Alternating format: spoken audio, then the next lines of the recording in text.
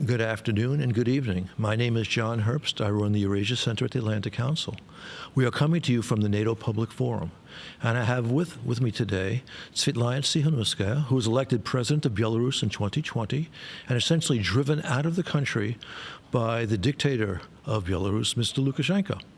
So we have a conversation with Ms. Tsikhanouskaya, who I've known since her time as elected president-elect.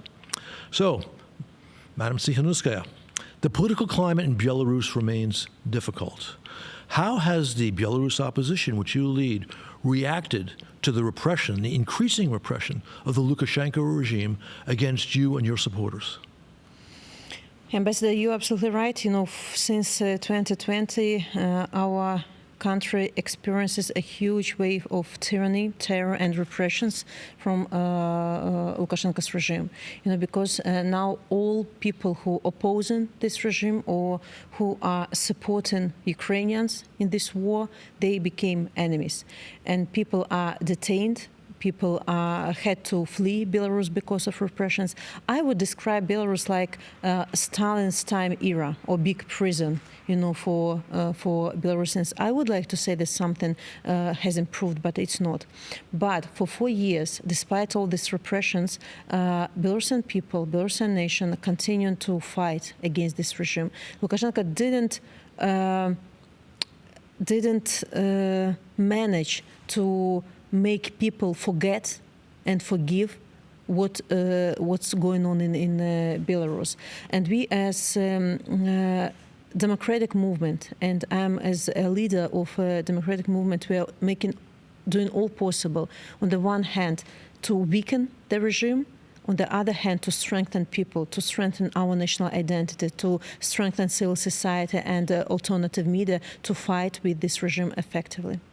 You and the people of Belarus have had substantial support from the West in the form of sanctions and other measures to make life more difficult for the regime and somewhat easier for you. What has been the impact of these things? And also, are there specific new steps, additional steps, that you'd like to see the United States, the EU, and other countries take? Ambassador, if you talk about sanctions as one of the, I consider, most efficient instruments against dictatorship, so here I would like to see more targeted approach toward Lukashenko regime. I would like to see sanctions that don't allow regime to avoid them, to harmonize sanctions between Lukashenko's regime and Russia, because just to explain you, most sanctions on Belarus, on Belarus and Lukashenko's regime are imposed on export, on Russia on import. And Lukashenko is buying goods for Putin. Putin is selling goods for Lukashenko. So it looks like on the one hand, the democratic world is trying to help us, trying to help Ukrainians. Other hand is feeding dictators. So all the loopholes have to be closed. Also, now Lukashenko is earning money on the military stuff for Putin. So this sector has to be sanctioned as well. And also people, individual sanctions. Let's not evaluate, the sanctions, because people who are torturing our beloved, our friends in prisons, propagandists, prosecutors, judges, they can freely travel in Europe, like making fun of this democratic world. Look, we made crimes in Belarus, but we feel free, here in your, as they call, rotten West.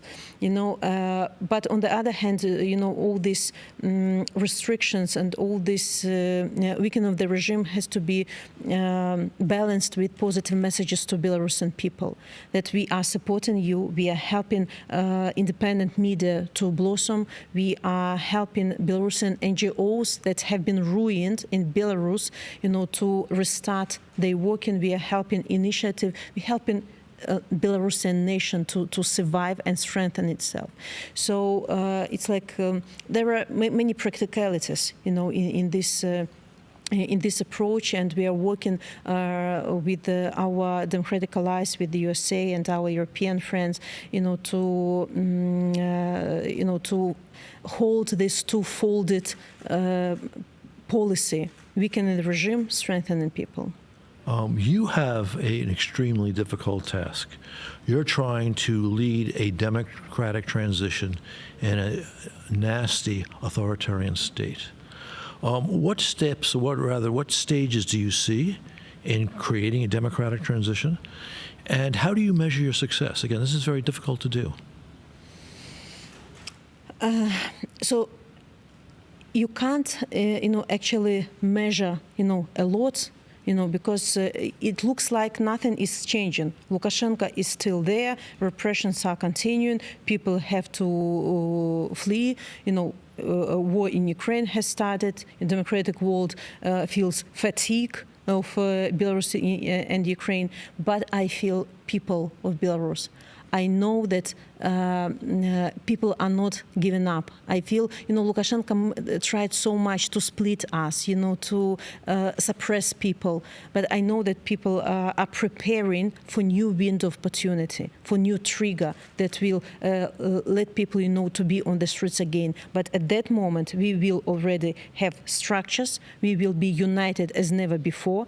Lukashenko will be weakened as never before because he is really much more fragile than it might seem. What we need is that at that moment of opportunity, democratic world will be with us, because in 2020 we really were lack of the feeling that we are not alone.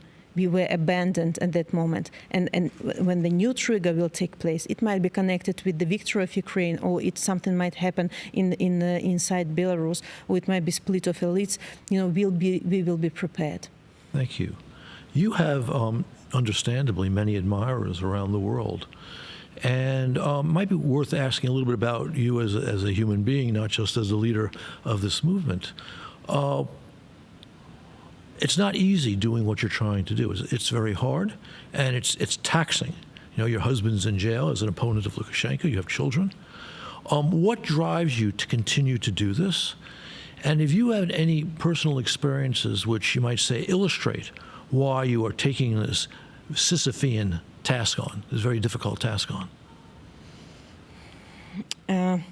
Ambassador, I absolutely agree with you that, very often fight for democracy romanticized, beautiful rallies, wow, fight for democracy. But this path is paved with pain, with tears, with sufferings. And believe me, there were many moments when I was so exhausted that I was about to give up. But at this moment, I look in the eyes of my husband, thinking about him. I know that thousands of children are growing up without their daddies or mothers who are in Belarusian jails. And I know that we as Belarusians can't betray those people who sacrificed their freedom and some of them their lives to give us opportunity to continue this fight. Of course it's painful. Of course I'm angry with this regime, but all these bad feelings, they transform into energy, to continue this fight. I believe in Belarusians. I know that we will not give up. I know this. I feel this, and I feel huge support from people. I feel huge support from democratic world.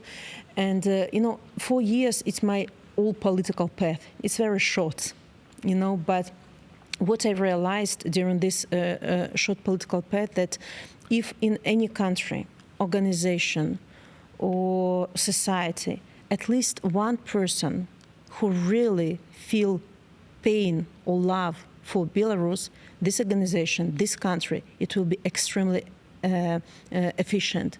I remember how I met with Madeleine Albright. She opened so many doors for us here in the USA, or Nancy Pelosi, Speaker Emerita, or I don't know, Steve Biegun. He was the first politician, diplomat I met when I left Belarus. He still, for 4 years, he's so vocal, about Belarus. Of course, you, Ambassador, I remember how in 2020, every day you wrote about Belarus. Belarus was topic number 1 in Atlantic Council. Until now, you are with us. And I know that you are our friend. We have plenty of friends.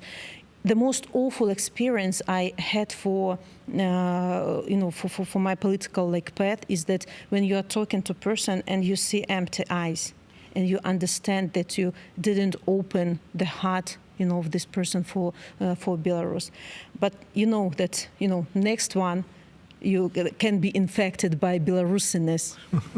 I can tell you that your struggle, the underdog struggle against a nasty regime, is in a sense an American story. We naturally sympathize with that, and we can feel that here. All right, I'm going to move from the personal to the geopolitical. There were recently drills in Belarus, and people's eyes in Washington opened wide because Chinese troops were there. Chinese troops were right there on the border with NATO countries. What do you see as the impact of this and its implications for Belarus's NATO relations? Of course, with the West, because we aren't pleased, but even with Russia. I mean, yes, Russia and China have this wonderful partnership, but we know that the Russians don't trust the Chinese, and the Chinese treat the Russians with contempt. So what is the meaning of this, in your opinion? I wonder why your eyes are so wide open, because these Chinese Belarusian drills took place in the past as well, but you just haven't noticed this. Now Lukashenko is trying to show with these drills that, look, I have among friends not only Putin, but also like China. Look, I'm relevant, to this world of maybe dictatorship. It's a tool to blackmail, like it is done with the Russian Belarusian drills or with the deployment of nuclear weapon. Now he wants to pretend that he's a player in this geopolitical game, but we all know that he's puppet of Putin's regime. We know that he fulfill all the orders, of Putin. But it's important for his legitimation of himself. He have to prove to himself that I'm still strong, I'm relevant, but he's not. It's all farce, it's a circus, it's imitation. You're right that Americans should not be surprised. But it's also true that the Chinese have been reluctant to send troops to the Zapad exercises in the past. So to me, it looks like Xi is overly confident in his strength vis-a-vis the West, so he can cultivate his relationship with Belarus, as you say, which has been developing for a long time. I think we've probably used up our allotted time. It's been wonderful talking to you here in this forum, as it is always to see you. Thank you, Ambassador. Thank you for this conversation. And we will host you in New York, as we discussed. With pleasure.